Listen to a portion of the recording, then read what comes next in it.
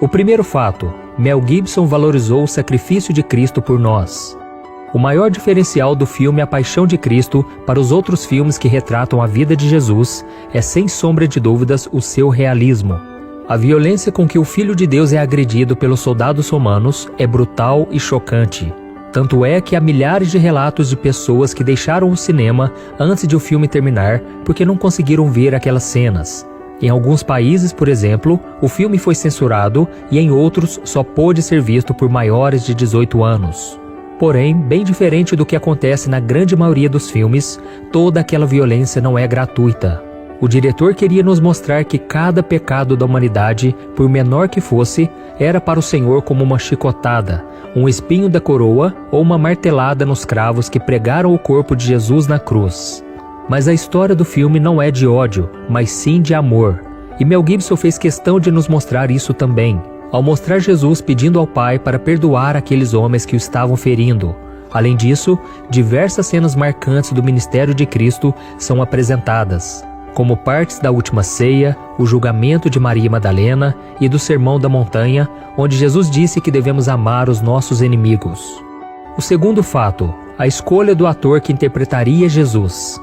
Certo dia, Mel Gibson entrou em contato com Jim Caviezel e perguntou se ele gostaria de representar o Filho de Deus em seu filme. O ator ficou surpreso com o convite porque seus empresários não sabiam dessa possibilidade e Mel Gibson e ele jamais haviam conversado antes. Se essa surpresa já não fosse suficiente, ainda ficaria mais interessante o fato de Jim Caviezel estar na época com seus 33 anos, idade em que Jesus foi crucificado. Seria coincidência? Mel Gibson não acredita nisso e chegou a mencionar uma frase dita pelo próprio Jesus, que está registrada em João capítulo 13, que diz assim: "Você não compreende agora o que eu estou lhe fazendo, mais tarde, porém, entenderá." E hoje nós vemos que Mel Gibson estava certo. Não foi ele quem escolheu aquele ator para fazer o seu filme, mas com certeza o Espírito Santo de Deus. Mas agora vamos para o terceiro fato. O filme A Paixão de Cristo converteu atores. Depois que o filme foi gravado e lançado nos cinemas, a maioria dos atores que participaram da produção de A Paixão de Cristo declarou que as suas vidas foram transformadas e que Deus havia tocado em seus corações de uma forma muito especial. Porém, um dos mais impactados pelo poder de Cristo, curiosamente, foi a pessoa que interpretou um dos piores papéis da história, o de Barrabás.